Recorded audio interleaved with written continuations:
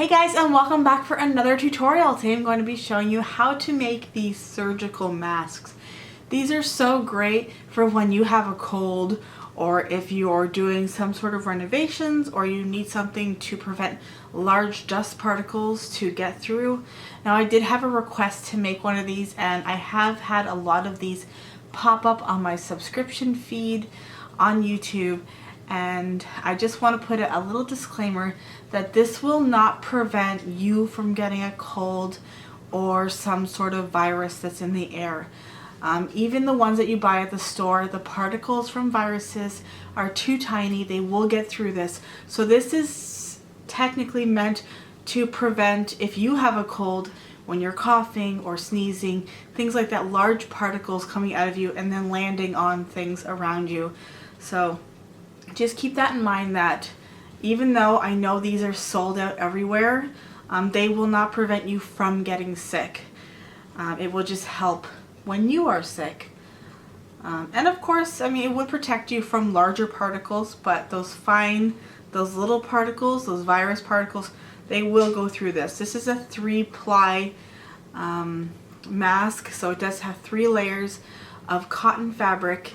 I will be using these probably in my workshop for when I'm doing woodworking, or if I'm dusting, or sorry, not dusting, but when I am doing some renovations downstairs in my basement. So if I'm doing, you know, like sanding and things like that, that's going to be great for this. So I hope you enjoyed this tutorial. All the measurements will be at the blog post, which will be linked below. I have a child size, small, medium, and large.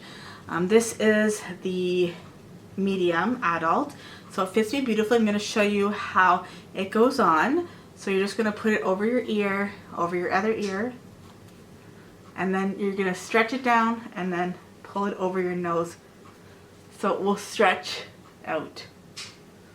So I hope you enjoyed this tutorial, and let's get started.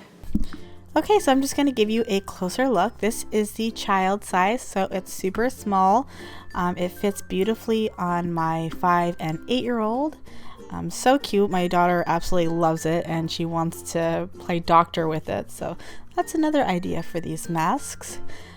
Here is the inside, and I did use I think it's a 1/8 elastic on these ones, but on the next one I used a 1mm round elastic, so you'll see those in a moment. Like I said, over at the blog post you'll find the measurements. So this one I'm making is the medium adult size. That will fit me. So here are the 2 different elastics that I have.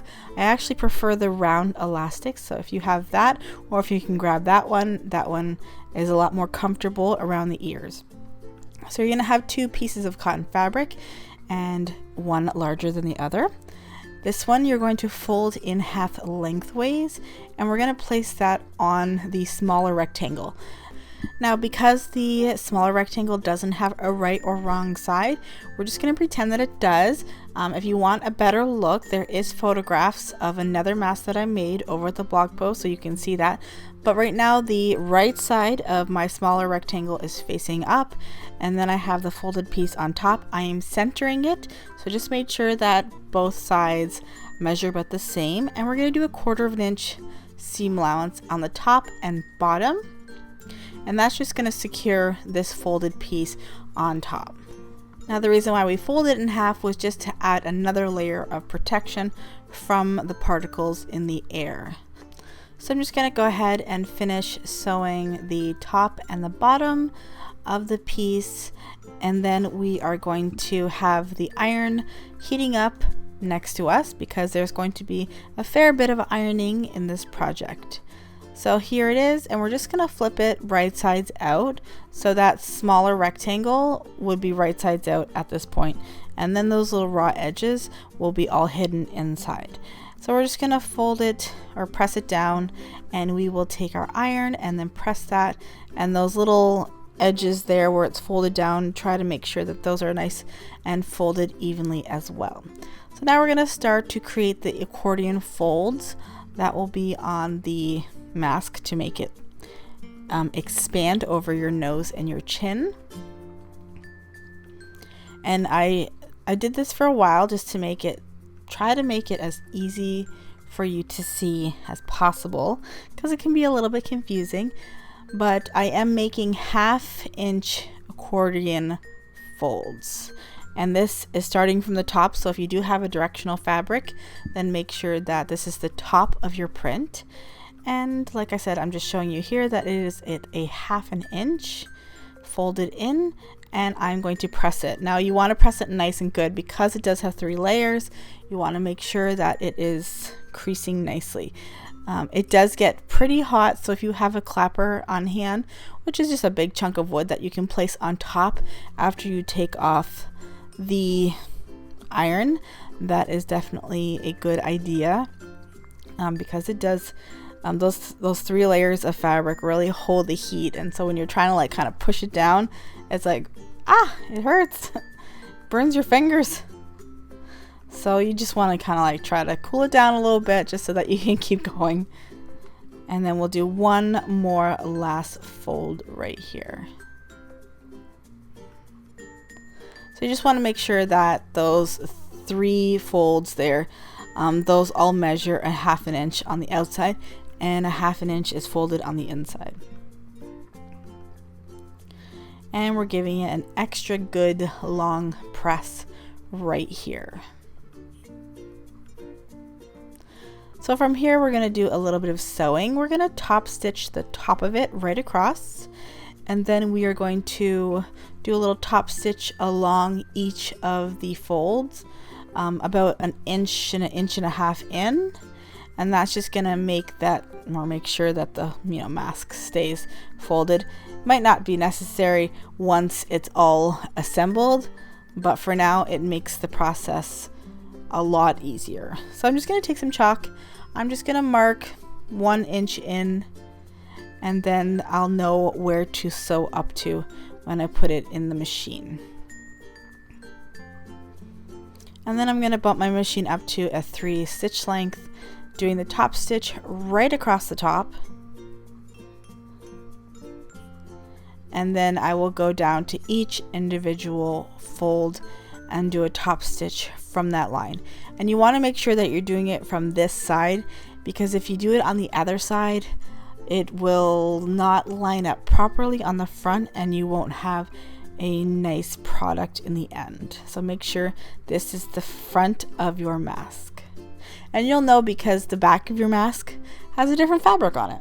So if you wanted to make this all one fabric, you can do that, and then it's just all one. But for demonstration purposes, I find that the 2 different colors is best. So now we are just making sure we step off all those little threads, because there's a lot of threads at this point. And we're going to fold in the sides, and we're going to fold in about 1/4 inch, and then we'll fold it one more time right onto the folds. And this is going to create a casing, which is where we will insert our elastic. So make sure you give it some good presses here. And because we did all those little top stitches, this part is a lot easier, because if you didn't have that, trying to fold over this part would be so much more difficult. And so you can put some clips or a pin just to hold that in place. And we're going to go ahead and do a top stitch right on the edge of that fabric, and that will secure it down, also leaving us some room for the little casing. So we're leaving the top and the bottom open so that we can just slip the elastic right in there.